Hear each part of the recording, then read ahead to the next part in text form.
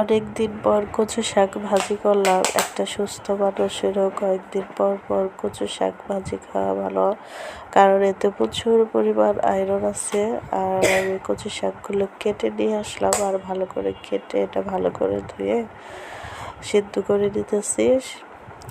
সিদ্ধ করে তারপরে এটা ভাজি করবো। আর আমি সাধারণত একটু আগে সিদ্ধ করে নেই। আর শুটকি মাছ কেটে নিলাম, পেঁয়াজ কাঁচামরিচ।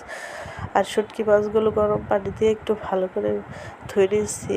আর পেঁয়াজ কাঁচামরিচ তেলে ভাজি করে আর তাতে শুটকি মাছ দিয়ে নিলাম।